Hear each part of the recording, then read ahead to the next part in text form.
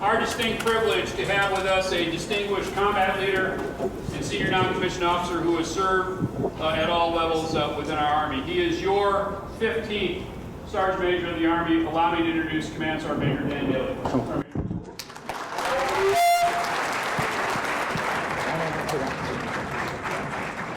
Hey, take a seat. Charles, what you been doing? The desert looks green since the last time I've been out. Y'all must have been getting a lot of rain out here out in the desert, so it looks great too. Driving along the highway out here from Tucson. And, I don't remember the bushes being that high alongside the road. So is everybody doing good? All right, good. So hey, I appreciate y'all coming out today, and sir, gentlemen, ladies, thanks for the opportunity to be able to speak to the team here out of Fort Huachuca. And it is a great team. You have a huge mission and role, especially with regards to what you do for the future and what's going on in our complex environment out in the world. And you know that, so I don't have to tell you that. What I would like to do today is just spend a few moments to share with you the Chief's initiatives. I'm correcting his priorities and my initiatives in support of that. I'm going to talk a few of those. I won't get too slidey on you, I promise, okay? I promise I won't. I was the Tradoshian, and I understand that slides are not what everybody wants to see. And then we're going to get to the root of what you want to do, and that is ask me questions, and I will answer them to the best of my ability. And if not, we will get you answers to your questions. Cool? Agreed? All right, normally when I started these, when I became the Sergeant Major of the Army, I was over-inundated with the one question that every single soldier wanted an answer to, and it was about tattoos. Right? So we fixed that now, so we can just get over right into the slides. Right? Does anybody have an issue with it? Change it back? No, keep it the way it is? All right, we won't mess with that. Black socks are the latest thing going. I don't know if you heard about that. And that's not all we're doing, though. I know some of that things, but we're doing a whole lot more. But I do want to cover a couple things here. Really what's important is our Chief of Staff of the Army, General Milley, and myself and the Secretary just want you to be fully understanding of where we're going and what we need to do in order to maintain the presence we have throughout the world and our influence as we work in a very complex environment throughout the world. Okay? Bottom line up front. We are going to get smaller, okay? We are. And we are going to continue to ask you to do more. All right? And the way I like to simplify that is we're going to tell you to do, put you in more places and more spaces with less spaces. All right? And it's going to get tough.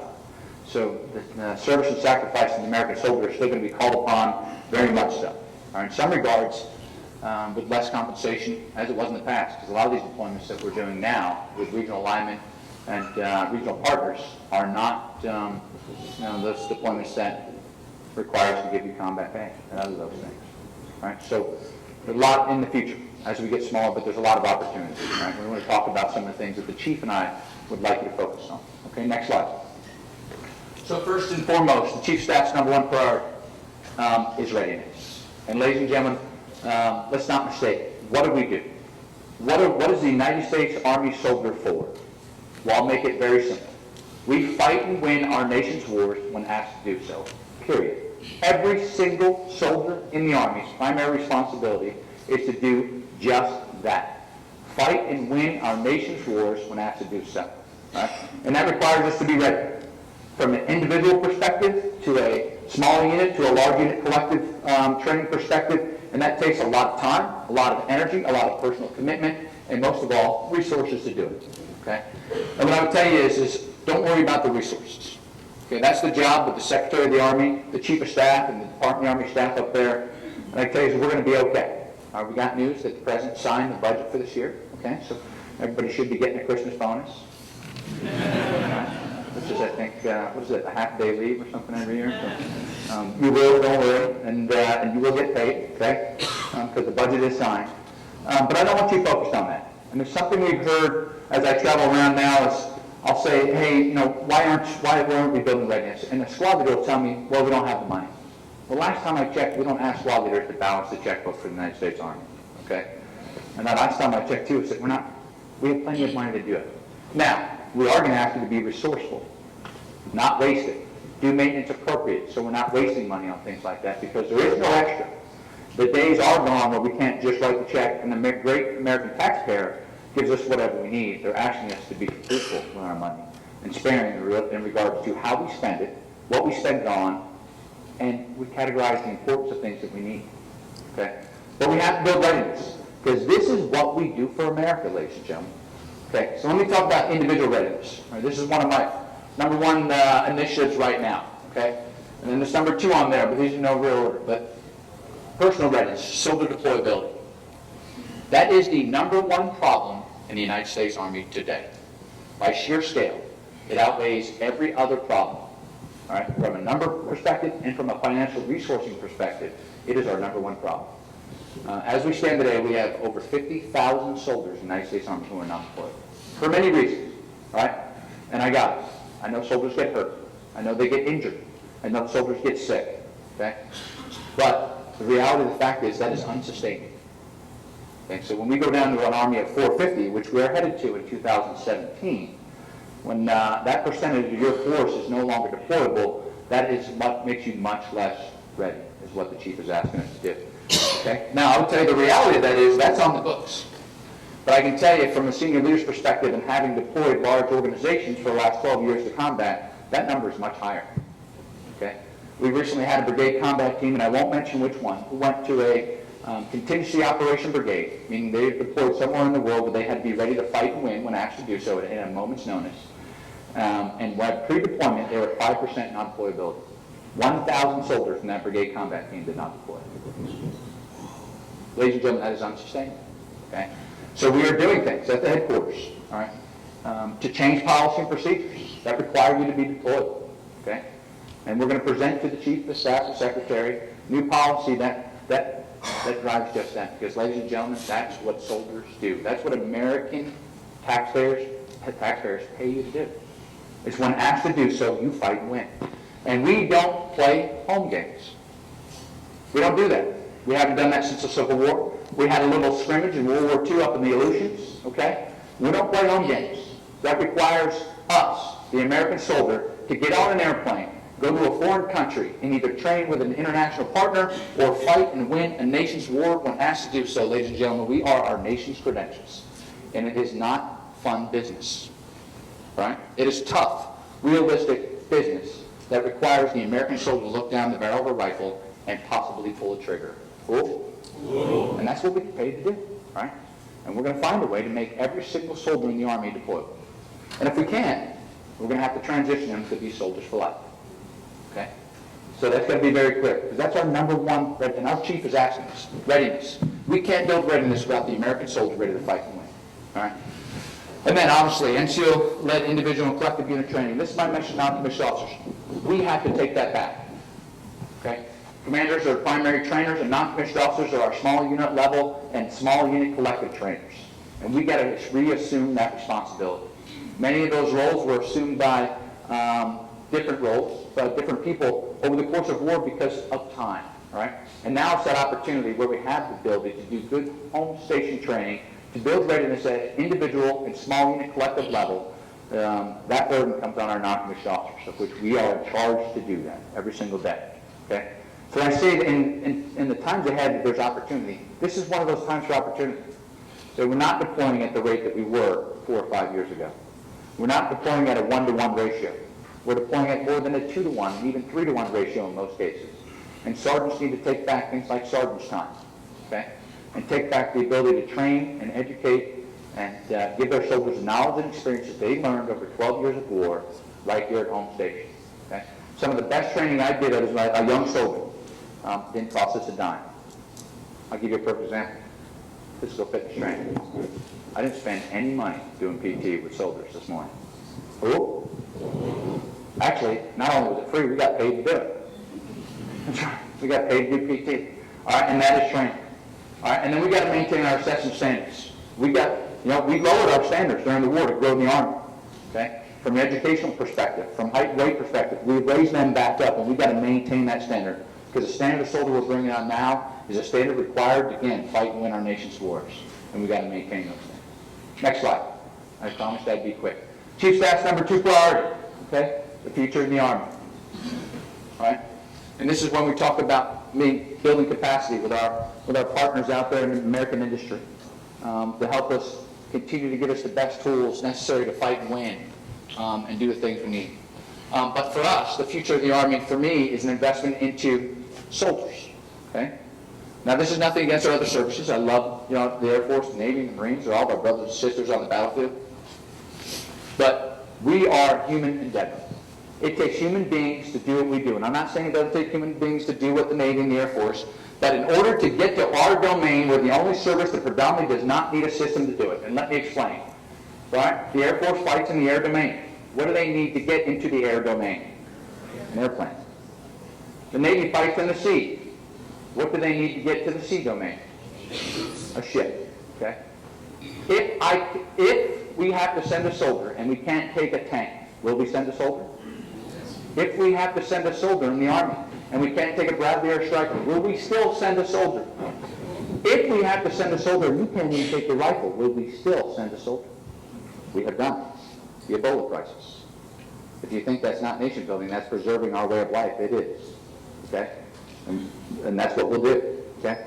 So regardless, we are a human endeavor. At the end of the day, soldiers will always continue to fight and win our nation's wars on the element of ground combat in the ground domain. And we will send you regardless of the conditions that exist to send our soldiers into combat.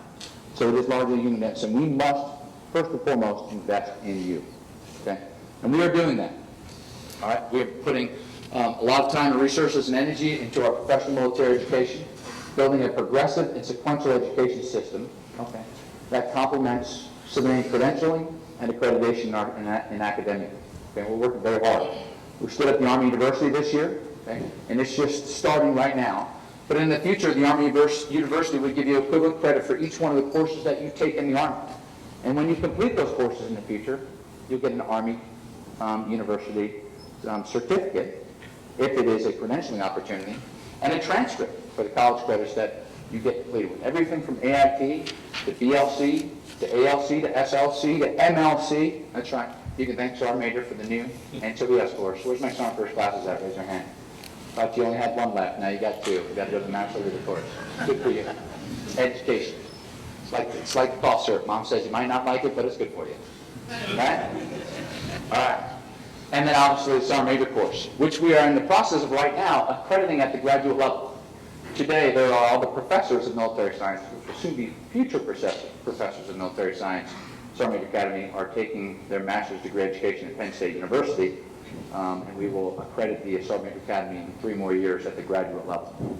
So in hopes that in the future, by the time you become a senior non-commissioned officer, you will achieve an undergraduate, not solely on your military academics, but in part by some of the effort that you do externally through structured self-development and your own self-development, as well as complementing what you get for your military experience. Sounds like a pretty good deal. Cool? Yeah. Well, I'll tell you what, it is the leading educational program for enlisted soldiers in the world, to include our own other services. I was briefing the Ministry of Defense of England about the enlisted education system right before I left as a trade officer major. During lunch, he stopped eating. He said, "Your enlisted education program is superior to that of my officer education program." And we have to continue to stay focused on our PME. The reason why we have to is because we're not the only Army in the world that has recognized the value of a trained and educated enlisted force. Okay? We're not the only ones anymore, and we have to stay ahead of our adversaries, or potential adversaries.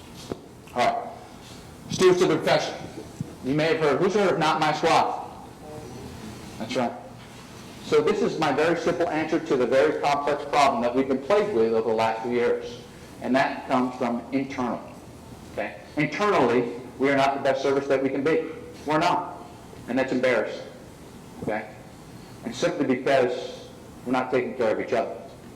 For things like harassment, bullying, sexual harassment, sexual assault. Okay?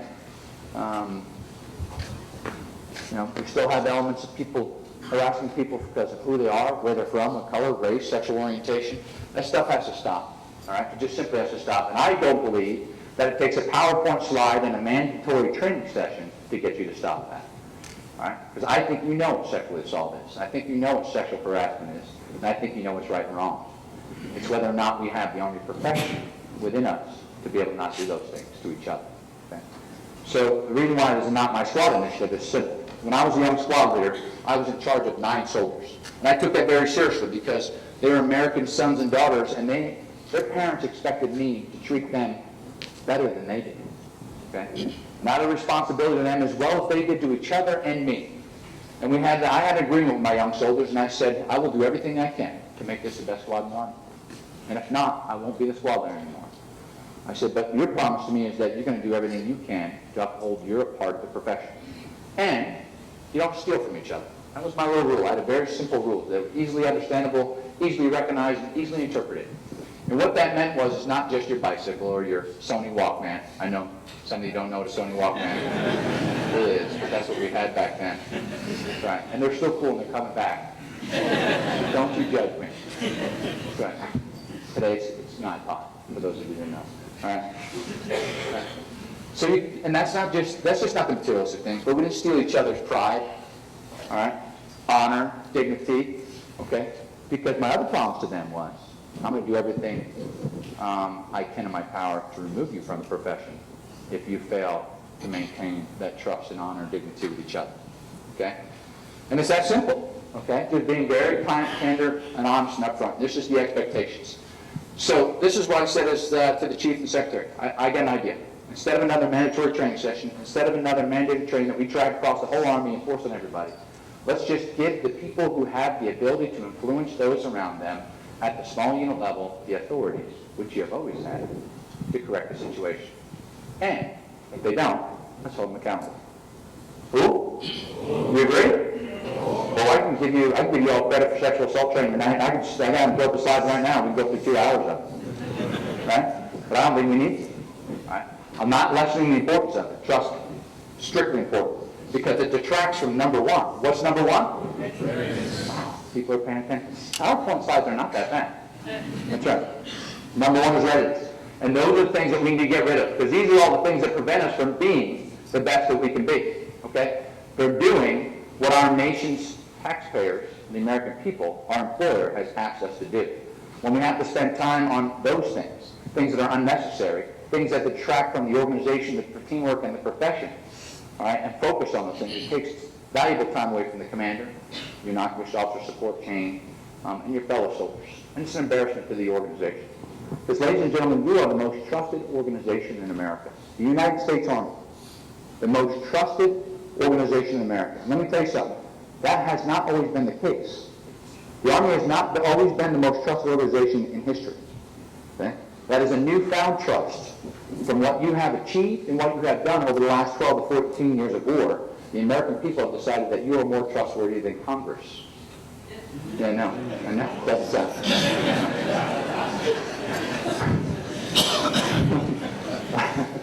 But I can tell you, though, how quickly that will be lost.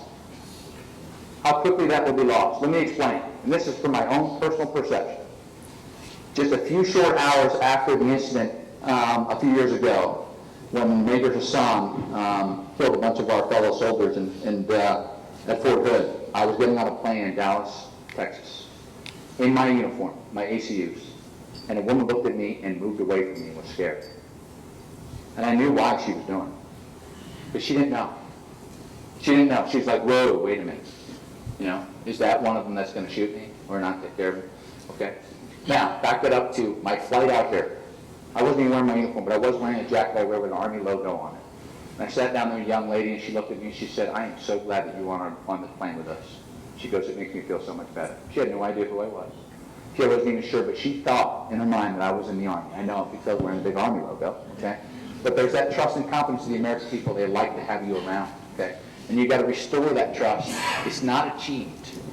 That trust is not achieved. It's sustained. It's like leadership. Leadership is not achieved. It's sustained. I don't become the Sergeant Major of the Army and now I'm here. Every day I have to work at being the Sergeant Major of the Army, just like the Chief does, just like the Secretary, just like the Commanding General. We all have to sustain that leadership. That's trust that's sustained by you. And it's sustained by every single one of you, believe it or not, and how you conduct yourselves every single day. And one soldier can erode that trust. I could throw out 10 names that have been on CNN, and you would agree with me. One soldier can erode the trust of the entire organization. That's the big picture behind profession, ladies and gentlemen. Okay? It is hard. You have to work hard to get in trouble. You do. You have to go out of your way. I'm not talking about being late for formation. That's a mistake. Okay? Doing drugs, getting a DUI, those aren't mistakes. They're called deliberate decision-making processes. Okay? You had to consume the alcohol several times. Okay? You had to get behind the car and make sure that's not your alarm clock not going off. There's a difference. all right? So I need your help, okay, with maintaining that trust. One of the goals, and I was asked, what are your goals to be as Sergeant of the Army, is that the American soldier is still the most trusted organization in America. After my 4 years, that's my mark of excellence of being able to do my job as a senior lady in the Army, is that we are still the most trusted organization in America. I'll tell you, ladies and gentlemen, you're doing a great job, but it's not achieved. Cool? It's sustained. All right. And then responsible drawdown. And I talked about this. We're getting smaller, and we're going to. All right? That's not what we want to do, but that's what we've been directed to do, and that's what we are as an Army. All right? We work for the civilian leadership, the great civilian leadership of this nation. And I trust that in the future, if we need to, we'll get bigger. But now, they're asking us to get small. Okay? And we're going to do that responsibly. Okay? And we're going to look for those people who have not been part of the profession in the past, to be blatantly honest with you, and we're going to ask you to leave. Cool? That's what we're going to do. Right? What else should we do? Right? And then we're going to implement things like STEP, train, educate, promote. And if you don't go to school, we're going to ask you to leave. And if you don't maintain your deployability, we're going to ask you to leave. We're not just going to throw you away. All right? We're going to transition you to soldier life and give you all the benefits you deserve as a soldier. Okay? But that's what's required of this organization to fight and win our nation's war. Okay? So we're going to do this responsibly. The other thing we're getting ready to do, just so everybody knows, is we're getting ready to decrease the retention control points for the 3 most senior enlisted ranks. Okay? We increased these in 2007 to grow the Army. And now we have to decrease them to create opportunity for our young non-commissioned officers who are moving up today. Because as we get smaller, inherently there's going to be less promotion opportunity. Okay? And we have to do that in order to create opportunity so we don't lose the talent that we have in our junior to mid-grade NCO ranks. Cool? Most of you in here, now some majors are like mad at me, but most of everybody in here is happy about that. Right? So what we're going to do is we raised it a few years at each rank. So in 2007 we raised Sergeant Major from 30 to 32 years. We raised 26 to 29 for Max Sergeant and 24 to 26 for Sergeant First Class. We're going to go back to those old numbers. If we did that tomorrow, that's 6,500 people that have to get out of the Army. We're going to phase that in over time, but that's going to help us reduce the QSPs. Cool? It's also going to create promotion opportunity. Because we tell Sergeant Major to go home and someone else gets to be a Sergeant Major sooner. Everybody like that?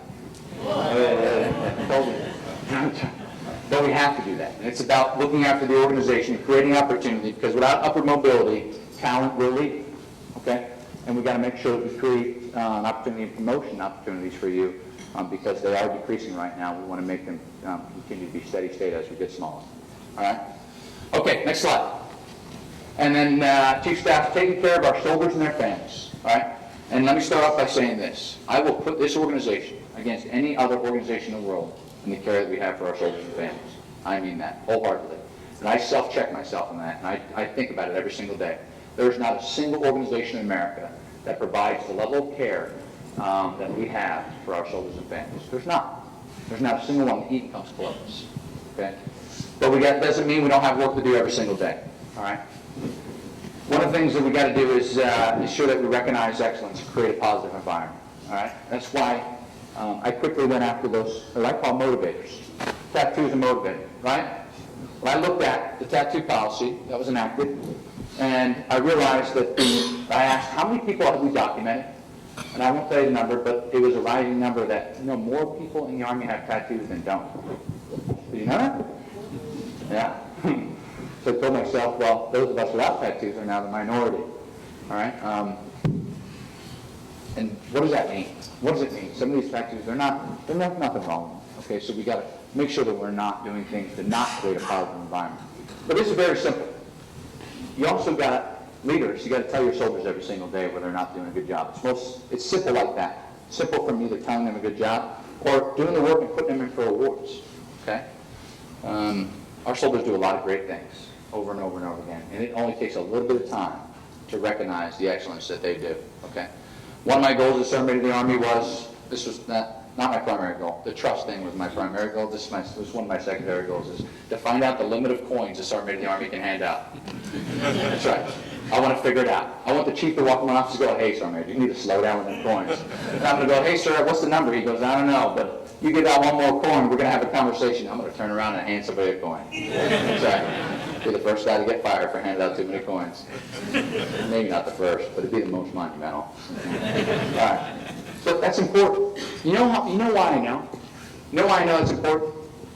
Because the other day, the Chief of Staff of the Army himself, after this person gave about 30 or 40 minute pitch, sat down, he looked at him in the face and says, "Hey, I want to tell you, that was a really good job." That was me. So if that means something to me, I know it means something to soldiers. Okay? I know it means something to soldiers that, why can't you give their mom and dad a call when they get their first AM? It only takes a minute. Everybody has a cell phone. We used to do that when I'm my battalion commander and I. It makes a huge impact. Because you're not just building today's Army, you're building tomorrow's when you do things like that. Because when we called a Michigan auto worker on the phone, and this is a true story, from the motor pool in Fort Carson, Colorado, and said that we just pinned the very first award on your son, they shut down the assembly line and put us on the loudspeaker. And the entire auto industry that day, in that building, was cheering in the background for this young man who got his first AM. That's a pretty big deal. That's a pretty big deal. So those are the kind of things we need to do. That's going to tie into the next one we'll talk about is Soldier for Life. So this is our new program. And it's not just a bumper sticker, although we are coming out with bumper stickers, and I want you all to have one. Right? They're already out, as a matter of fact, and you all better have one by the end of the week. You don't have to, all right? But this is important. And frankly, here's why I think we're losing. Remember I talked about we're the best educators in the military, and we take care of our families better than anybody else? We don't do a good job of this. All right? And I'll give you a perfect example, which you will agree with, I'm sure. You can get kicked out of the Marine Corps. And what are you? A Marine for what? Holy mackerel. Literally, I've met Marines who've been thrown out. Hey, son, maybe I was thrown out of the Marines back in the 90s, but I don't care. I'm a Marine for life. Holy mackerel. We can retire you from the Army, give you benefits for the rest of your life, and the Army sucks. What is going on? All right? What is going on? And here's what I attribute to. You know what it's all about? It's not about the commercials. Don't tell me about the commercials. All right? All right, I know we need to get Be All You Can Be back up on TV. I'm with you. Hey, Sony Walkmans and Be All You Can Be, and everybody will be just fine. I know, we're working on that. But it's about people. That's what this organization is. And the Marine Corps wins because it's about people with that. Because it's inbred the very first day, regardless, you are a Marine for life. And we need to get better at this. And it's the things like up there recognizing excellence. Or how do you treat a soldier to the last day they're in the Army? Right? Do you call them up in formation when you're giving their ETS award and saying, hey, let's everybody give John Smith a round of applause just for being a soldier. All right? Let's have a little farewell for him in the motor pool or doing something like that. When's the last time we did those things? Okay? Because this is my theory. We can buy up all the billboards in America, but we already own them. It's you and me. All right? It's the best billboard in the world because it walks around and talks, and I call it the billboard effect. All right? Because you can fix all of this. Soldier for Life program doesn't need to be just me and the chief and the team up at DA talking about you guys are important. It's about you. It's how you treat people, because the biggest bang for our buck to get more people to join the military is actually our influencers. Okay? And those influencers are leaving. I mean, the greatest generation in the world, which was our World War II veterans, was a huge, huge number, millions and millions of people. Well, unfortunately, they're dying. Okay? And they were the people telling their grandsons, grandchildren, to join the military because it was a good deal, because it was a good deal. And they were the biggest billboards in America at the time when they came home from the war, because they did something important and meaningful. All right? Well, then the next age came by, is Vietnam. That did not happen during that era. Those influencers did not go out and tell people. So largely what we live on is legacy.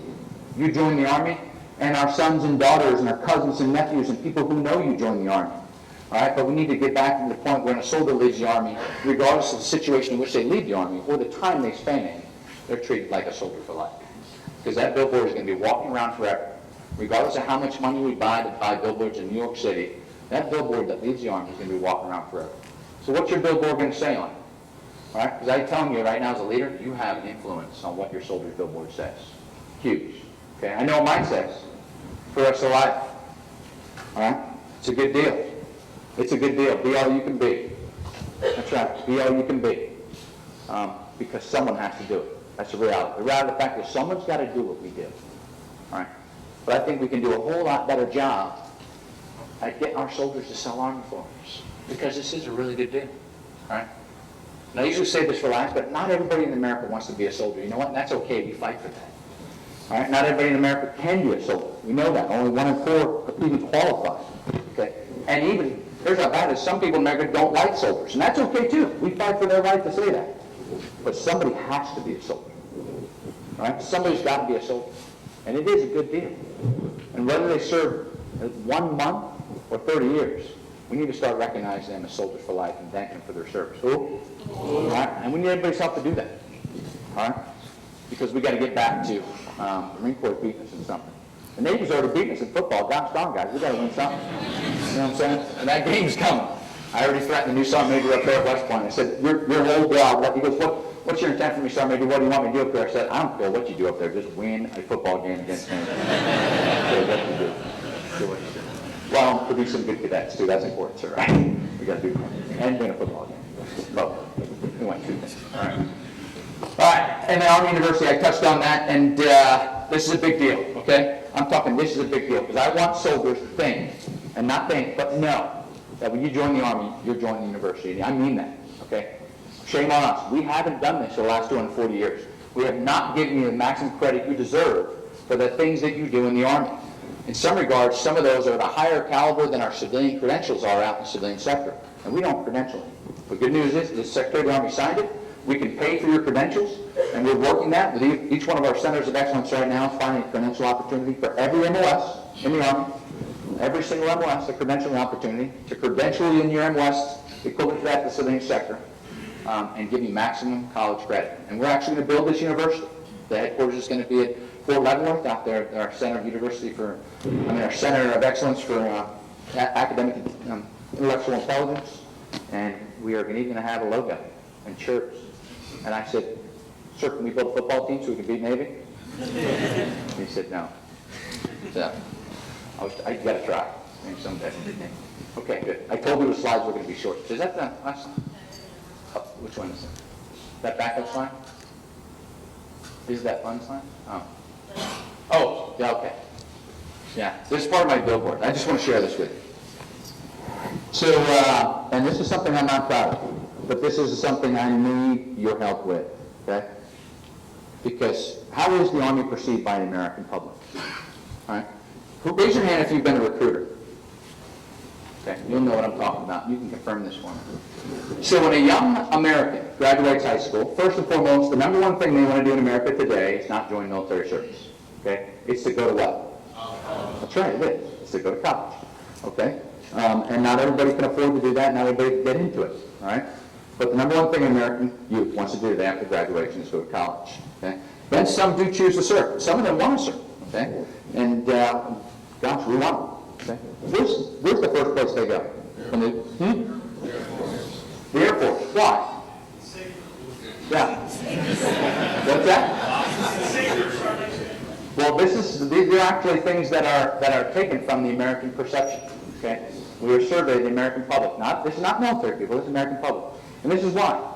Because they believe in mission first. They're elite. They're real leaders. They have high standards. They success. They're respected. It's interesting. It's interesting. Okay? I just told you we provide more education opportunities than any other service in the Army. I mean in the military. Okay? High standards. Us or the Air Force? Okay. You don't have to answer. This isn't bashing anybody. I'm not bashing any other service. Okay? I'm just telling you why they go there first. Right? This is because they're perceived that way. All right? Then where's the next stop they go to? Navy. The Navy. That's right. All right? That's true. All right? And the Navy is exciting locations. It's good for women. Where's my female soldiers at? Is that true? What? No, we want to answer that. And then that's the American perception, honestly. That's it. All right? And it's education. And it's peacekeeping and last resort. I have to admit, they're doing good on those commercials too. The Global Force for Good. I like those. I know. And I believe me, I yell at our marketing people all the time about it. Bring back the all you can be, man. Let's all watch stripes and join the Army.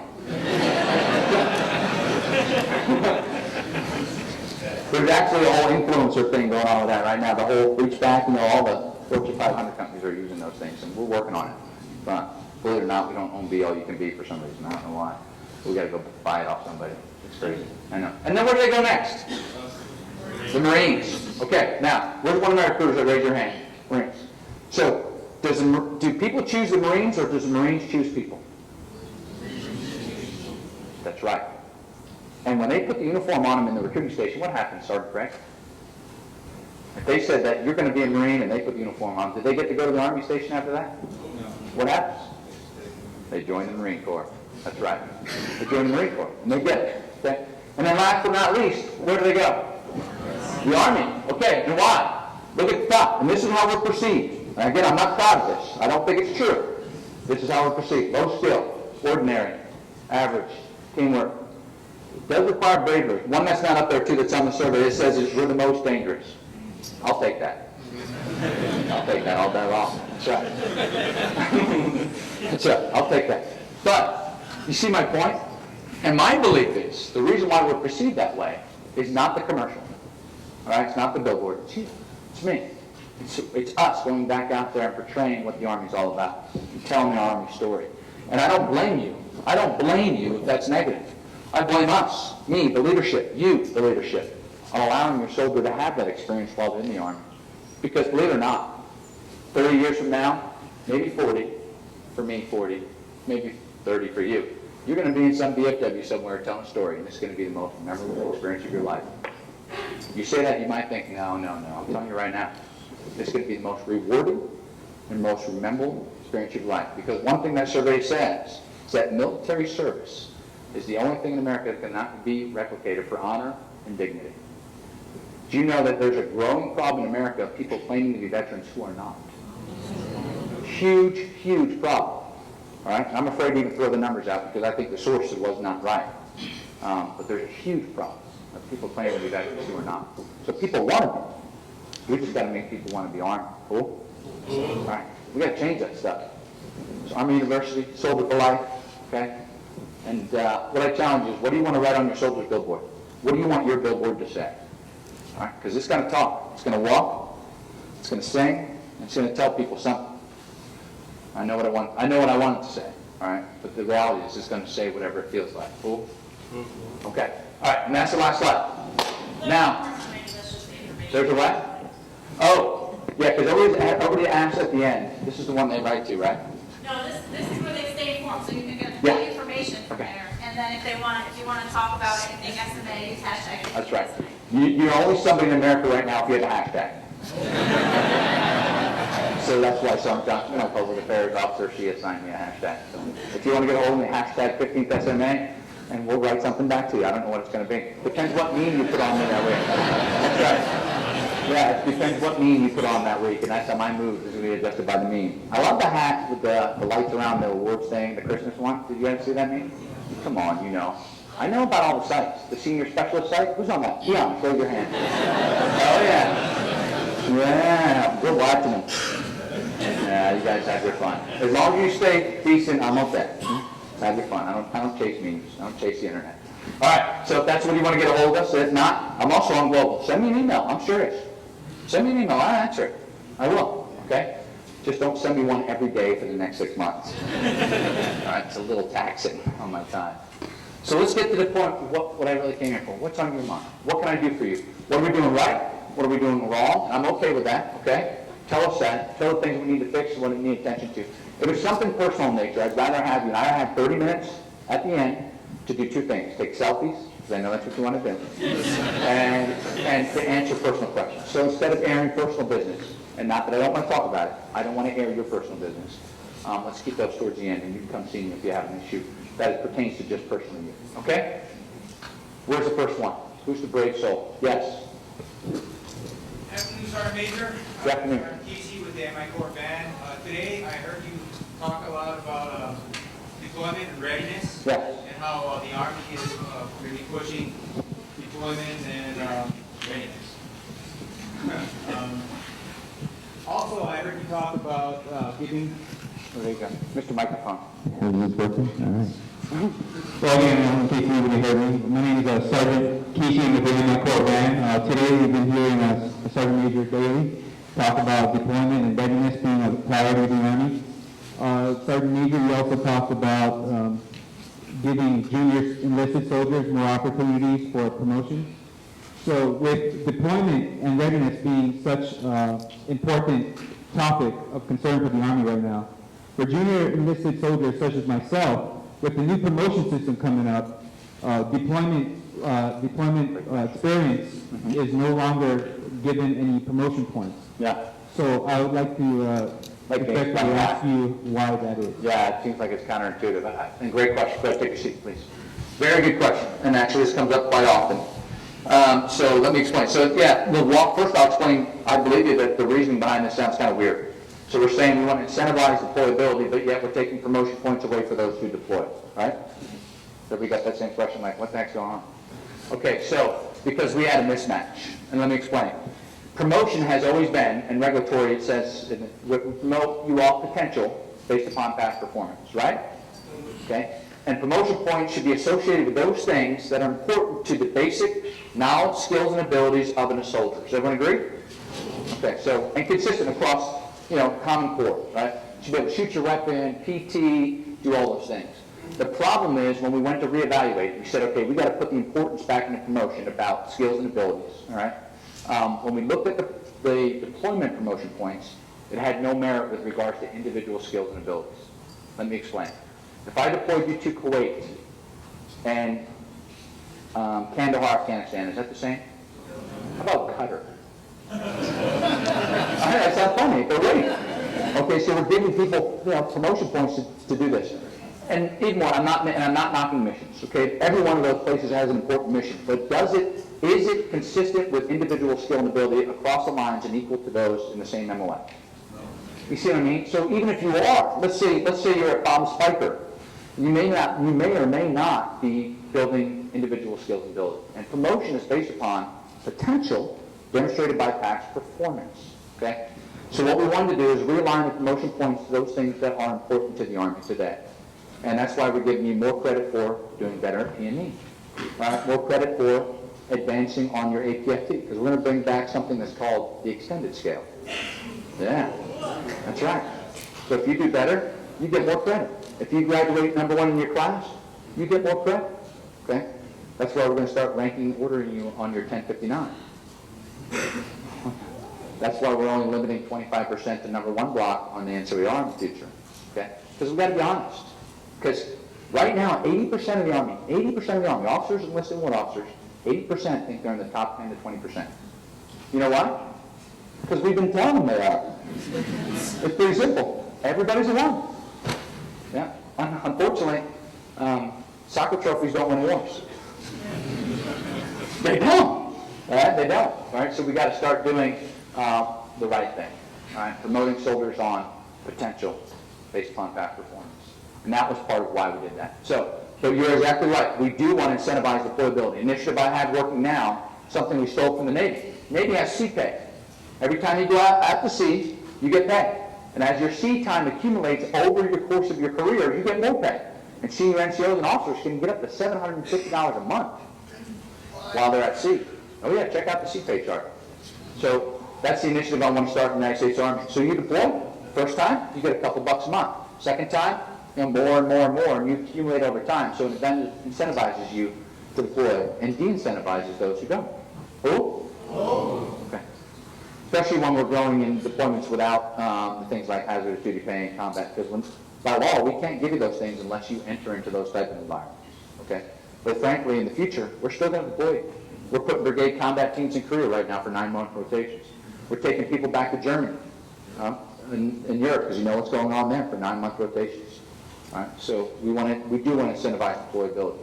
But to make promotions fair and equitable, we had to review the promotion points, and we also had to make sure that everybody was going to school. And that's why the big part of STEP was implemented. Okay? But great question. Yes? It's our first class in prayers from NECOM. You spoke about, thank you. You spoke about enlisted, you talked about enlisted professional military education. Mm-hmm. Currently, right now, there is a serious lag in education and where the Army is going. What is your plan to combat that lag and bridge that gap so that we're maintaining an education commensurate to where we're going? Yeah, that's a great question. So, and we're working that right now. Not every MLS is the same. What we're experiencing, and what we continue, and I'll be honest with you, we'll continue experiencing in the future. Those highly technical MOSs are very hard to maintain pace with. Quite honest, it's difficult. It used to be very bureaucratic in the trade-off to update our POI, right? our program of instruction. So that is always going to be a challenge when you talk about your MOS. They're very technical, right? They're very hard. Signal, those things are very hard to keep up. But what we have done is instituted rapid revision of POI. So that should be getting better. The second thing we're doing right now, which believe it or not, it's embarrassing to say, we had never had a common core element for NCOES. So there was no one element that looked solely at what non-commissioned officers needed to know based upon their skill level, regardless of what MOS they were. So does everybody understand what I'm saying? So whether your stats aren't this MOS or this MOS, here's the core set of requirements. Okay? The Sergeant Major Academy did a little bit of that. They did it for WLC, which is now BLC, and they did a little bit of that for what used to be ALC Common Core. Okay? And they stood up SSD, but now there's an entire cell that we just stood up down at USASNA that's going to rebuild all the Common Core. So every non-commissioned officer at every skill level in the Army will be proficient in the individual critical tasks required for that skill level. Yes, I know, I was in trade-off way too long. Okay, way too long. And, which is good, all right? But it doesn't fix your exact question. I agree with you. We have to even get a better way to rapidly revision our courses, okay? Some of that is through the use of the technical things that we've instituted. So SSD, we can turn that very rapidly, but that doesn't give you the institutional experience that you need or deserve for your skill level in MOS. We've got to get our COEs to respond to changes better. Because in some cases, we're fielding equipment, right? And our fielding initiatives outlast our ability, or they're more rapid than our ability to be able to change our POI. So they may be on generation 2 or 3 out in the field, and we're still teaching generation 1. For my artillery soldiers, AFA pads. I think they're on AFA pads version 13, so, and it's hard to do that, but I agree, we got to get better at it. We are working it. There's a plan to do that, and I think we're getting better at it, much better than we were 5 to 10 years ago, but there's still some work to do, okay? The great thing is that the Common Core curriculum that's being stood up is going to help centralize and give us more credit, too, because when it's equivalent across all MOSs for those things that are Common Core, it's easier given to the people like ACE and those folks to be able to give equivalent credit to across the board. Okay? A lot of great initiatives. All right, what else? Yes. Sorry, Major, I'm Staff Sergeant Cole from the 35 Fox Intelligence Analyst Training Committee. And last time that HRC was here about a year ago, they said that instructor writers are not seeing the same level as drill sergeants, platoon sergeants, recruiters, and NCOES instructors. Yeah. And why is that? Considering that readiness and generating force is so important, where the NCOA instructors cannot do their job if the initial military training instructors are not there producing those quality soldiers and trained to be professionals. Yeah, that's a great question. Very good question, as a matter of fact. And I agree with you that's the case. I'm not saying that's right. That's not where it's going to stay. Okay, so this is, and it's not equivalent across every MOS. All right, so this is a little bit more complex than to say a generalization over the Army that drill sergeants are more important than, depending on who you're talking, everything's more important. And not everything can be the most important, obviously. Okay? So what is most important in the Army? That's what you have to decide first as an Army. What's most important? What do you need the best people to do? Or not the best people, but, you got to set an order of precedence with regards to things. And I think it is training and education. All right, so we are investing in people. Now, when I say by MOS, we really have to look at, and DACAM 600-25 does this for every single MOS. And not every MOS should be the same, or is the same, believe it or not. And that needs to rank merit within your MOS by your proponent. The proponent does this and says, this is the career-enhancing positions for your MOS that make you competitive for the next skill level and grade. Okay? And it talks about everything in there, like you must serve as a squad leader for so much time to be a platoon sergeant in that MOS, prior to being a platoon sergeant, as well as the level of importance that MOS applies to being a drill sergeant, a recruiter, or an instructor. So a few years back, we actually said, hey, we don't have the level of importance to instructors that we need. Okay, so the first initiative, first and foremost, was let's make an instructor badge. All right? So if you want to make something important in the Army, throw a badge at it, right? No, it just sounds funny. It sounds funny. We actually did a survey. We said if we could pay you more money to be an instructor or give you a badge, what would you take? Like 90% of the people said we'd rather have a badge. Now, because badges are important, right? But not only that, is we put badges on things that are important. And we told ourselves that if we were to say instructor is important, and as important as that as drill sergeant and recruiter, well, we should recognize those people for their excellent service. Okay? So what is the question? What's most important? That's what you're looking for the sergeant major to answer, and I'll tell you it's different. Okay, so it's different with regards to that individual's career. I think that in order for you to demonstrate broadening throughout your career, you need to have one of those three things. As a staff sergeant, first and foremost, you need to be branch certified in your MOS in a TO&E unit as a staff sergeant. So being a squad leader, basically, or a technician in that trade as a staff sergeant. Then you should do a career enhancing and broadening opportunity.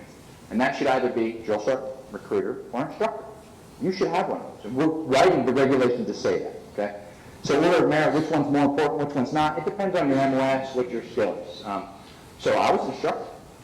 I was not a drill sergeant, okay? I was not a recruiter. I was an SGL. I did one of those three things. I got promoted. So I think the system does put merit to it. But I also think that we got to put the right people in the job. Because that in itself will take merit away from it. Because we're not putting the right people, and that's the key to this too. Is so we're going to have AR 614-200, Trade Ops Sergeant Major working on this now, is to increase the standards for instructors. So you can't be an instructor unless you meet the same standards. If you go look at AR 614-200, take a look at what the requirements are to be a recruiter and drill sergeant. Raise your hand, drill sergeants. Now, you know what I'm talking about, right? Okay? That's what puts merit inside the position. What are the requirements? Okay? I'm going to tell you right now, only the top 20% of staff sergeants in the United States Army become drill sergeants. You know why? Well, you can read 614-200, and it's self-explanatory. Okay? As a matter of fact, 157,000 staff sergeants in the United States Army today, after you apply all those gates, those buckets of 614-200, and the ALARAC 188, which is the positions of significant trust, ALARAC. Has everyone heard of that one? That's right, because of sexual assault, sexual harassment. Only about 14,000 staff sergeants are left.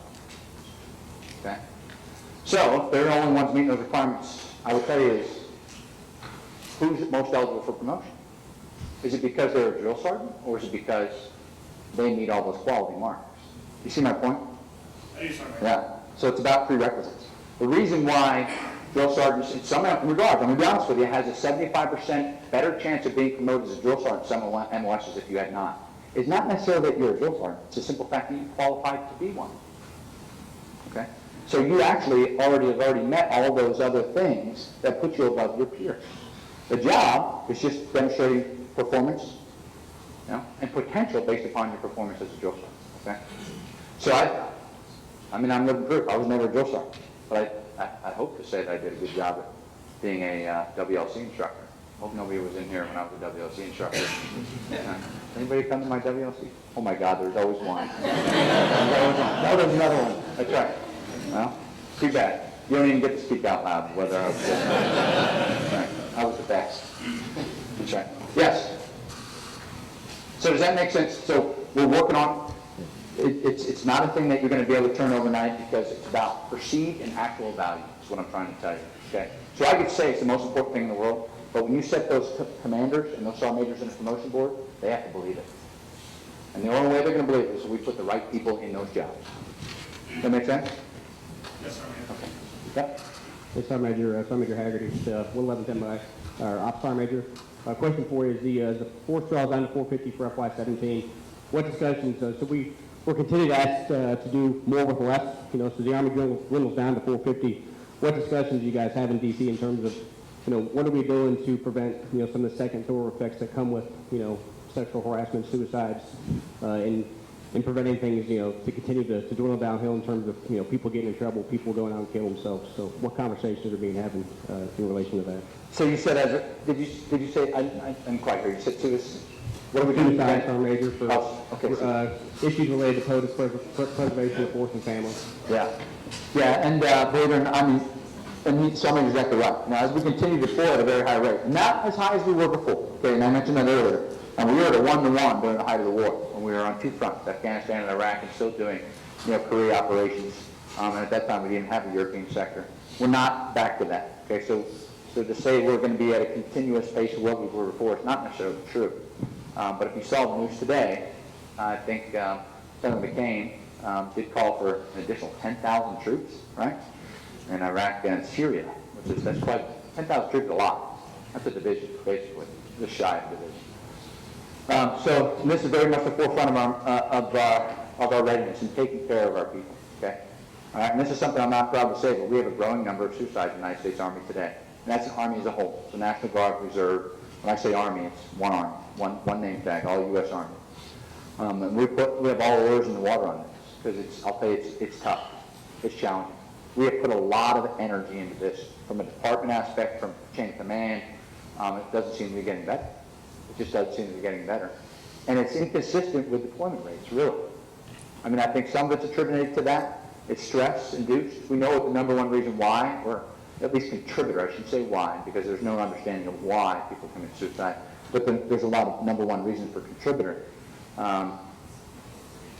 You know, it's the same trends that you've seen soldiers have problems with. It's financial, marital problems, indiscipline is a big reason for suicide right now.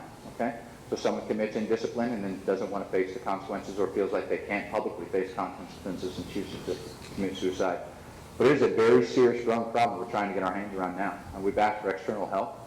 You know, because it doesn't seem to be getting better, and that's going to be an issue, as you say. As we continue to deploy, that we're going to have to focus on. I don't know. If I had the answer to that, I'll be honest with you.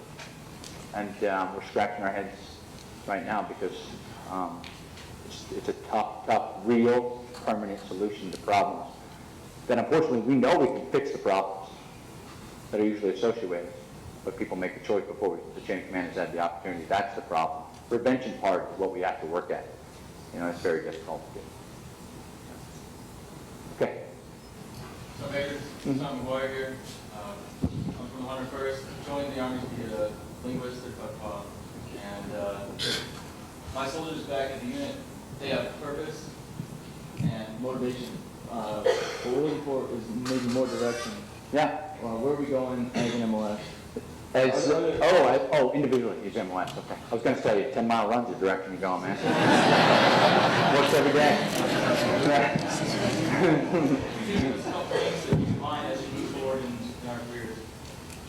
Yeah, that's a good question. And so you're talking specifically with linguists, right? Yes. We've so I don't want to go, and we could talk about this afterwards too. But is there how many other linguists we have in the room? So, there's a lot, and I guess a pretty good conversation. So I was never happy when, I've never been happy with how we manage linguists, and I'm not sure we get it right. And it's hard. First of all, it is very hard because, well, you tell me where the next war is going to be, I'll build those linguists for it. We haven't gotten that right for 240 years. You know, so actually, if you can tell me where the next war is going to be, I'm going to promote you to move you to headquarters, and we're going to use you every day. We're just going to go over there and stop it before it starts. But that's the challenge with the need. You know, so back when I first joined the Army, Russian linguists were it, and we had thousands of them.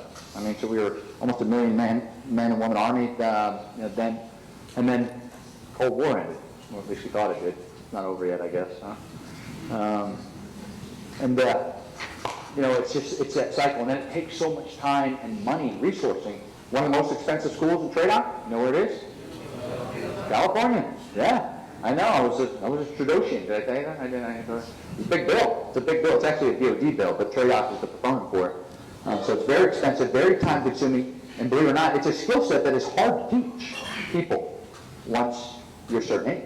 You know, it's the whole synapse gap thing. You know, and you should learn it at a very young age. So it's very difficult to maintain proficiency in. And then how do you manage those people? So there's two thoughts. Send them all to the region in which they are trained for, okay? Which would make sense. You know, we send you to train you for this language, maybe you should be working in that region, but then you would lose diversity in the individual, okay? So then you suffer diversity in the individual, and then you stagnate people. Or do we move you around and build that diversity I just talked about? So that's a tough challenge. I don't know. I think we could probably have a very intellectual conversation about that. What's the right way to do it? I don't think we're doing it right. It's hard to sustain. And I'll be honest with you, there's another thought. I mean, another thought of, let's just wait till we find out what the next war is and then pay for linguists. I'm not saying that's the right answer. Okay, I'm just saying, you know, so because it's so hard to maintain and sustain. We're always going to need soldiers of linguists. You know, but it's those challenges I think that we're faced with. But we got to create upward opportunity for our linguists too. And then what happens when we do change our focus for the next 10 years in another region? You know, how do we maintain that? What's the right balance of different languages to study? I think a lot of challenges there, but I don't know, are we doing a good job at it? We're shaking our head. Yeah. You know, I like the way that, I think it's the Air Force and the Navy manage it much differently, right? Yeah. Maybe we need to take a look at the model. I will have the team take a look at it. I will. Yeah. We'll have to do that. It's supposed, yeah, we will. I promise. Okay, go ahead. Yeah, Brian Schweizer, Commander. Before I was commander, I was an instructor of bowling, and now basically teaching the same course for new soldiers coming in. My question is, well, first off, a comment. We have about 30 days of the course scheduled for reading, writing, briefing, researchability skills for both 35 Delta courses and 35 Fox. USACO created a writing program to increase writing ability. We waste a lot of time training things that honestly our recruits coming out of high school should be competent at. So what kind of interagency coordination is going on with the Department of Education to increase our education standards as a nation so we actually have a better pool of recruits? It's amazing you brought this up. Very good point, sir. I just asked OSD that the other day. I said, our problem that was is we don't, to be honest with you, I don't think there's any. I know from a service perspective we're not, and I want to. Because we're trying to tackle this credentialing problem on our own. The Department of Education should be helping us with this stuff. I talk about this all the time. It was my big pitch at AUSA this year, is that we are the largest people organization in America. Okay, so the United States Army is the largest single employee. I don't think Walmart's beat us yet, did they? No, close. Pretty soon. Pretty soon. But we're the largest people organization in America. So we are a nation-building organization. And we are.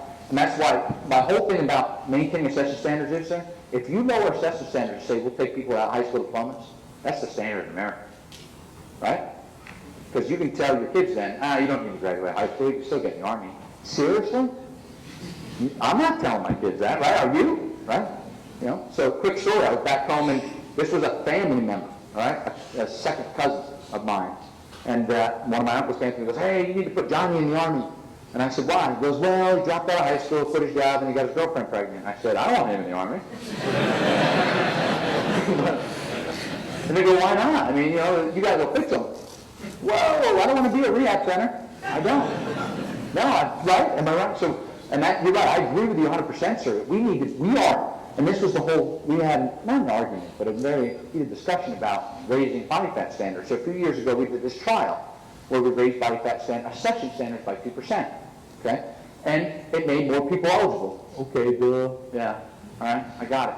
But then we followed that, and almost 100% of those people left the service because of overweight. All right, so it didn't do anything but cause a problem on the backside. It increased accession numbers, but it decreased efficiency overall. So, and more so, it says it's okay to be that overweight. You know, and I agree with you 100%. I don't think we're doing enough. We just had a meeting the other day, and I asked a simple question in the meeting of, who is the presidential person for fitness in America? I could tell you who it was when I was in high school, because it was a big deal then. That's right, it was Arnold Schwarzenegger. Does anybody know that? Because when I went to high school. Yeah. So when was it? Who was? Do you remember? Yeah. But kids don't know that today, because it's not a big deal. Some school districts took out gym to add electives. You know, and I think that it should be federally mandated that we have those programs. I agree with you. So I'm hoping. So we just had a discussion at OSD that I think we need to do just that.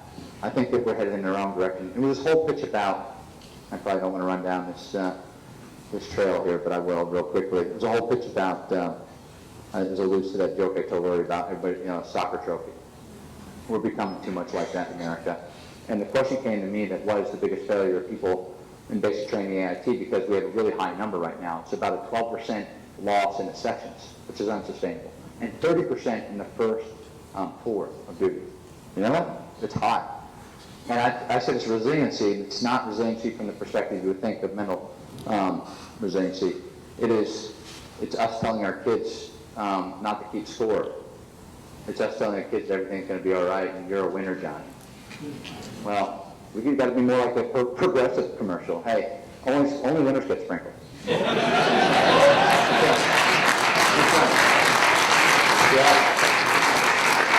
And I said that in the room, and people looked at me like that. I said, no, listen, when I went to I played basketball for 8 years, and I was on the starting team. And if you didn't have the highest three-point average, you didn't get a trophy at the banquet. You know? Not everybody gets a trophy. I watched a woman, a grandmother, get escorted off of a soccer field in Colorado Springs because she was keeping score verbally. What's happened? Hey, I remember you couldn't talk on the bus on the way home from a basketball game. If you said a word, coach was cussing you out. He'd probably go to prison for 12 years right now if you did that. That's what you're gonna get, though. And I see that when I go to places like Fort Benning, Georgia, and the young kids, rubbing his knee when they're doing rappelling. That's the fun day. All right, fun day. I don't think I'm gonna make it. I said, well, you're probably not.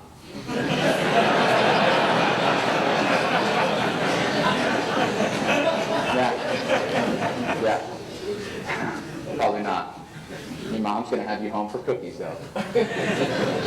Yes, ma'am.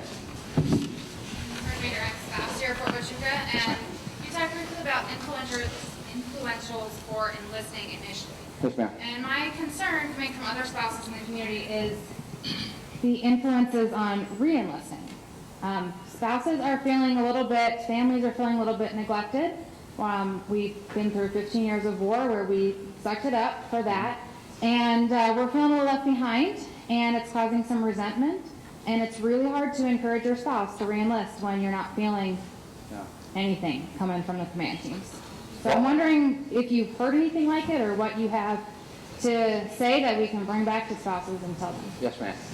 First and foremost, I apologize if that happened, and I'll take full responsibility for it. And I mean that. I don't hear that across the board. I do hear frustration for families because, and I think it's consistent with what you're saying, and please correct me if I'm wrong, because we have come out of 12 years of war, and it still seems like we're asking for more and more and more. And we are. And I don't say that happily. I mean, because my family's been through the same thing, and they still are now. But I don't want any family to feel like they are forgotten. Because I'll tell you what, if you saw the passion behind the Chief of Staff of the Army and his voice and his meaning when they try to do anything to our family programs, you'd be convinced as I am. One of the greatest things that when soldiers ask me, what's it like to be a Sergeant of the Army? It's the ticket to the show. And ladies and gentlemen, because this ties into, I get to watch the most senior people in the United States of America run the United States Army and the country. And they are foremost, you are foremost in their minds. I promise you that. I'm not just saying that as a spokesperson. I mean that's one of the great feelings I get when I get to sit in the room. Because when it comes to programs like that, we have fought hard and very, very hard because it is very easy to cut the family programs we have, and we have not. Okay? We've allowed commanders flexibility in installations to be able to tune their installations to the needs of that installation. Because we do need to conserve money. I agree. Okay? But we've always, if the commander says, I need funding for this to help my family sustain that. So I apologize if that's not happening. That's not the intent, man. The burden of the soldier is still going to be felt. That is my honest message to you, is that I talked about we're going to continue to deploy. And in some regards, you're not going to get those benefits. And there's nothing I can do other than tell you that your sacrifice and service is not going to go unforgotten by the people of the United States of America, and it is not. And I trust you that we're going to do everything we can to make sure that we're compensating our soldiers for doing so.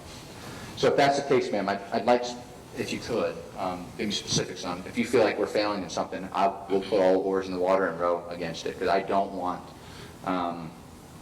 families to feel that way. I've spent a lot of time, this is honest, my wife just reminded me this the other day, and now you've got me think about this, focusing on soldiers' morale, and she said, you need to start focusing on family morale, and we will. I just need some help on what are the things that we need to do. Okay? All right. All right. What else? But I can assure you, we are not forgetting about our families. Yes, go ahead. Sergeant Major, you wanted to focus a lot on PRT and getting soldiers out of being broken, out of permanent profiles, and the vast majority of our permanent profiles are all running related. That's right. Lower extremities. Mm-hmm. Lower extremities. So I was reading the manual, and there's only 3 exercises in there that focus on form for running. There isn't any exercises in there that focuses on, the proper running mechanics, how to run properly, how to, teach soldiers, because not everybody was built to run. There's some out there that can run, but not everybody knows how to. So I guess the question is, Sergeant Major, is what is the Army doing right now to incorporate a lot more of the cardio mechanics, running drills that are actually used by Olympiads when they're going on cross-country training and whatnot, so that we can prevent these injuries, so we can mitigate a lot of these injuries before they actually get into the force, like in basic training and in AIT. Yeah, it's great. And, well, we don't have running coaches at base training AIT, we don't. Largely what we, when you go to base training AIT right now, we do largely suffer from lower extremity problems, but it's actually, they tell me it's not associated with running technique. It's things like bone density. So that's where the hip problems are coming in our young females because of diet throughout the youth when they're children. Same with males. So I don't think we've ever said that there was a definite need. I've never heard that from any of our, and we've got some of the leading experts working on it, TRADOC and USARIAN for MedCom, on what causes injuries. Because that's the thing we have to reduce. We have to reduce the number of injuries, and that was the goal of PRT. PRT was never supposed to say replace your physical fitness program. It's your warm-up drills, your conditioning drills to prevent injury. You know, you still got to go out and run, right? Still got to. That was supposed to. You still got to go out and run. Still got to go out and run. Do those things. I don't know. I'll have the team take a look at it and see if maybe we can pull some stats if it's something that we see as a major problem. But I know for a fact that the leading cause of injuries is not associated with running condition, running problem. But that probably might be something viable to look at. We'll have the team take a look at it. Okay. Yes. Tom Major, Staff Sergeant Stout, ALC student. You touched on the issue of talent management in the Army, increased upward mobility, recognizing excellence. Sometimes it seems that within the Army, one of the issues with talent management is that creative thinking and innovative ideas are punished and are seen as not contributing and are needed to be assimilated into the norm. Do you see a need for the Army to recognize more innovative ideas and creative thinking and incorporate it instead of shunning it as not part of the system? Yeah, I don't think the intent is for us to shun any creative ideas. What we're working on right now in the Department of Defense is called Force of the Future, where we're doing exactly the opposite of what you just said, is we're trying to stimulate creative thinking and different opportunities, better exchange of soldiers in and out of the Guard and Reserve for officers and for limited positions in enlisted, sending them out to work with civilian industry more often throughout their careers. Not for everybody. So not every soldier is going to get to go work for one of our defense contractors. And doing what we did in things like World War II, hiring military scientists and bringing them in as a lieutenant colonel or as a sergeant major. So we're thinking about things like that right now at the very senior levels. So there's no intention to stifle initiative. Actually, one of the initiatives with NCO 2020 in enlisted PME was Bloom's taxonomy, was to get away from replicating tasks and creating a non-commissioned officer that had the ability to creatively think and reason. And that's literally one of the initiatives we're trying to do. We've already implemented that back into Sergeant Major Academy, and largely, believe it or not, in our civilian academia helped us identify this. It's not the way we train you, it's the way we evaluate you. Okay? So in basic training, we want you to be able to replicate tasks. You're at the lower skill, and that's what we expect you to do. Just do this, just shoot this way, replicate tasks, and do that. But as a non-commissioned officer, we didn't do that. We're not reinforcing that by the way we evaluated you, and that also is the leading reason why you don't get college equivalent credit for your NCO courses. Let me explain. So at the graduate level, it's supposed to be writing assessment to assess your creative ability and understanding of the topic, not your ability to repeat it. So at the Sergeant Major Academy up until 2 years ago, what did we give you? What kind of testing we give you? Multiple what? Multiple choice. Okay, so that doesn't reinforce creative thinking and reasoning and all those other things. It reinforces your ability to regurgitate exactly what was on page 17. All right? Okay. So we're doing that. We've already done it at Sergeant Major Academy. We're doing it at ELC, and we're going to do that SLC and ALC. All right? What does this mean? Okay. So also when we had civilian academia look at our course guides, they said, "What's a retest?" And I said, "What do you mean?" "Well, we don't do retests in college. It's going to have a hard time getting college credit for these things if you're getting a retest. So what's a retest?" I said, "Well, I guess this is when we give another opportunity to pass the test." "Oh, okay." And they read down, they go, "What's a second retest?" Yeah. And I look at them with all honesty, I go, well, I guess that's when we certify that they really don't know what the hell they're talking about. So we're getting rid of that. All right? That's why we're going to academic averages and academic standings, okay? And academic probation. Uh-oh. Academic watch. We've already done that in Star Major Academy, okay? And that's going to have an effect. It is.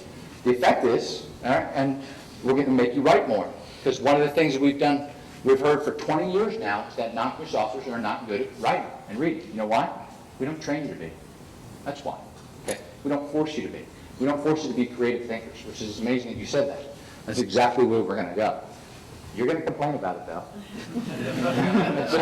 Yeah, because my Star Major Academy students did. For the first year, 2 years ago we started this, they complained about it, and we had an increase in academic attrition, which is natural, right? This year I asked the comment, I was just down there 2 weeks ago.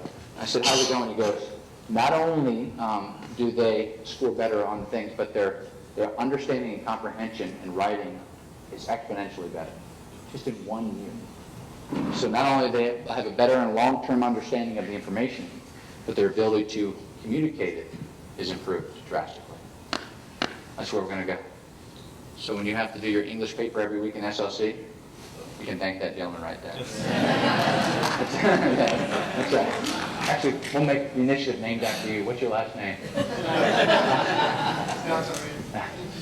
I took it out the paper. Oh, we got a couple of those. Okay, there was a hand up over here. But we are working that very rapidly. So already Star Major course is going to ELC, the pilot, and the next one is SLC. Okay? Yes. My name is Staff Sergeant Kasky, and my question is, how is the Army University different than the JST for AIT type courses? And how will people who graduated before the accreditation receive full credit retroactively? Yeah. I just need your help. So what's JST courses? That's the Joint Service Transcript that okay, we receive okay. ACE credit. SOCAD, Joint Travel, ACE accreditation. So in the future, Army University would and should replace ACE accreditation. Okay? So we will become, the intent is we should become our own accrediting body, just like a university. So universities out there in America right now, they are nationally and regionally, which is more important, regional accreditation. They're accredited by the regional accreditation bodies. And then they build courses and then award credit, and then all the universities in that region basically agree to that credit. That's very simplistic form, but that's how they do it. That's what the Army University intends to be, okay? Our own accrediting body. Right now, what we have to do is we actually pay ACE to accredit. They do that. They take our courses, they evaluate them, they get the regional accrediting body together, and they accredit our courses. And it's very time-consuming, and actually it's antiquated. So if we ask them to reevaluate all of our courses now, because you know how rapidly we change them, we talked about it earlier, it would take them 10 years. They can't do anything. See my point? They can't even sustain. So the question was, it will replace all of them. Okay? Complement, I mean, we'll always have the joint, I'm sure we'll always have the joint service transcript, but it'll replace all of them. Now, will you get credit, past credit in future? No. Okay, so here's why. You're going to get the same credit you got from ACE or from your joint or your SOCAD agreement, but you won't get the new credit because all credit is based upon its current value. And that's every academic system in the world, okay? So even if I went to, say I graduated from Penn State University, and I got a degree, if I wanted to go get a degree, those credits, that degree would still be good, obviously. But those courses are not the same as they are today. You see what I'm saying? Because there's no equivalent credit. So we won't grandfather equivalent credit. Because I'd have 6 doctorate degrees. No, I wouldn't do that. But we can't do that. We just simply can't do that. Okay? That's why I don't grandfather things like instructor badges. All right? Because we can't prove what it took to be an instructor back 5, 10 years ago. All right? So the only way you're going to get credit for those courses is if you took the credit. And that's that way now, too. As a matter of fact, I don't get the same credit for when I went to Star Major Academy as the people who graduated last year do. All right? I got much less, all right, than they did. Everyone understand? So it's for the time that you take the course. All right? Yes? All right, so our first class grade with 111 Command I have kind of 2 points that lead into my question. The first one, we're talking about Army University PhD step process, educating non-commissioned officers. Current levels, too, when you look across all the echelons of leadership, coming from all the way up to core, you have senior non-commissioned officers that have the same or even more education than their commissioned counterparts. The other part of that is when we look at the roles and responsibilities of senior non-commissioned officers and how much weight that carries, even at the platoon level, all the way up to fourth division, whatever it is. So thinking about those things and looking at how we're trying to educate more, what does that mean, if anything, for the pay scales and the gap between non-commissioned officers and commissioned counselors? Yeah, it's a great question. And it's about requirements. All right, so it doesn't mean much. All right, I'm going to sound a little hypocritical, but hear me out. Okay? So I want to create all kinds of opportunity for NCOs, but not requirements. You can still be a very successful, you can still be the Sergeant Major of the Army in the future without having any degrees. Okay? Because officers by law are required to have degrees, and therefore the money is appropriated to do so. What we're trying to build is equivalency for the work that you do. All right? To give you credit for the things that you do. Because there's no requirement to give you a degree, and there doesn't need to be, because we should train and educate you for everything you need to do on the battlefield, right? Now, what we should do is find you equivalent credit, okay? It's different. So we're not trying to build another officer corps, and that's not the intent of what we're doing. What we're trying to do is equate the work you do to the civilian sector and give you credit for those things. Your pay is based upon what you do for the Army, what you're for. Remember I talked about that in the beginning? Okay? So let's take me, for example. I'm an infantryman. I was a career infantryman, all right? My job as a young soldier and all the way up to the time I was, well, even now, all right, was to fight the enemy in the art of ground combat, okay? If I had 4 doctor's degrees, would that make me pull the trigger any faster? See what I mean? There's no requirement for me to do that. So I'm not required to have a degree to be able to shoot at a machine gun bunker. So that's what the taxpayers pay for. They pay for what they need for you to do your job. Our job as your senior leaders in the Army is to try to find you equivalency for the things that we train and educate. Okay? But it's all about requirements, and that's how we have to appropriate dollars.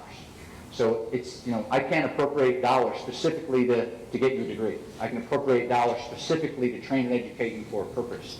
We appropriate dollars for our officers to get degrees because there's a continuing education requirement for those to produce degrees within their force structure because there's a requirement for them to have a degree. Does everyone understand that?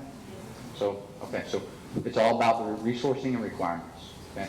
So while I say that we want to work hard to get you equivalent credit for what you do, I never want to build a requirement for enlisted soldiers to have a degree because now we've just created an officer position, which we don't need. Okay? Or we may not need. What we need is soldiers who will fight and win, right? Okay. So to make sure, you have some questions from social media from Oh, the yes. public? So, all right, so we're going to have to, I think I'm getting a big hook here on time. Because we got to do selfies. Come on. We do. All right. As a social media admin. Okay, social media question. This one's Advocate that. This one came off of Facebook Off from the internet. Christopher Seaball. Has anyone throughout the Department of the Army considered a DoD concealed carry program involving classroom and range training to permit soldiers, many of whom responsibly carry concealed everywhere, but on military installations due to current regulations, to carry while at work? Yeah, that's a great question. And this is of much concern lately, as you all well know, about the threat of terrorists, right? And this is a question I got from soldiers before. So I'm going to pose you with a few questions before I give you my personal opinion and my thoughts about this. First and foremost, I'm a huge advocate of the right to bear arms. I own many of them. Come on, I'm an infantryman. I'm like the signal guys are with radios and computers. I've got tons of them. Of course I do. Some of them are so extravagant, my wife gets mad at the fact that. But anyway, don't judge me, by the way. Don't judge. All right, so I firmly believe this. But I firmly believe that we live in the most safest places in America on our installations. We do. We live in the safest places. I believe it's your right to bear arms up post, and if your state says you conceal carry, I believe in that too. What I don't believe is the need for us to do that on our installations. Let me explain. We have professionals. That is their job. They're called military police and emergency service specialists on this installation that have provided you with excellent care and who have demonstrated consistently over time their ability to protect us in a very safe and secure manner. Let me further explain.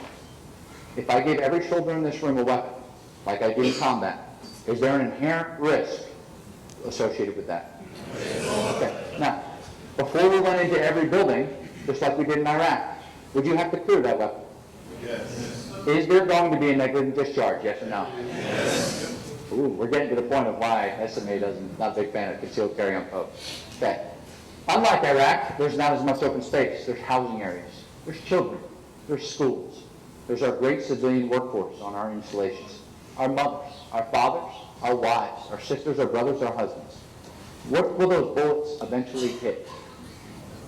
I honestly believe that there's more risk associated with arming everybody on installation than there is of trusting the professionals who we've empowered to care for and protect us. Huge. I honestly believe that there will be more casualties associated with mishaps, misfires, and ill conduct with weapon systems if we armed everybody than if there was an attack on the installation. I believe that. And those lives cannot come back. Because I see them already every single day at the rate of 2 to 3 soldiers a day, deaths. And many of those are accidents associated with firearms. Accidents, ladies and gentlemen, associated with firearms. And bullets in the United States, unlike Iraq, go through drywall, because that's what our houses are made at. And they don't stop at the first set of drywall. They go through 2, 3, 4. And if you're talking about an AR-15, they'll go through 10 or 15 layers of drywall, and they're indiscriminate with regards to what they hit. Okay?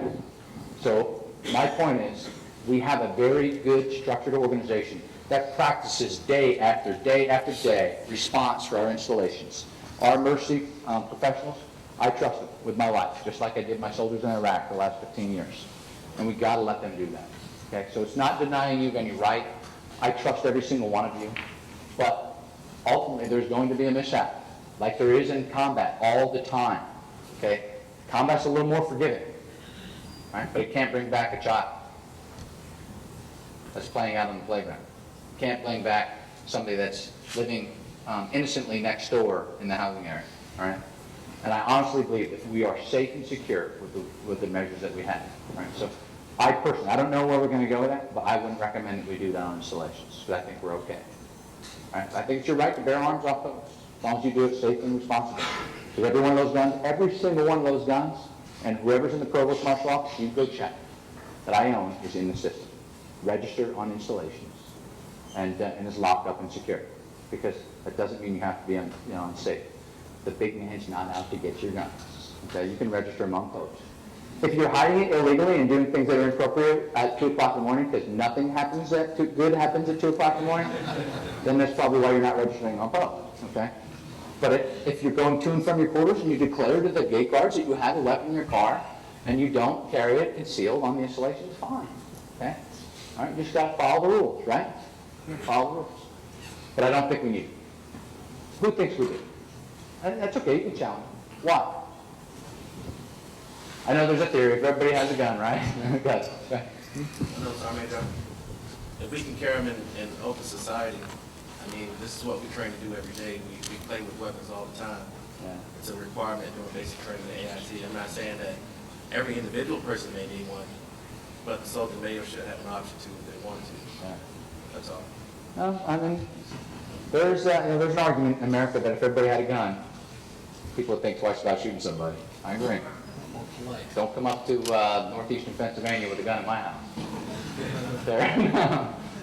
But I think that the risk right now overweighs the need, because we have a very responsible, very capable force to protect us.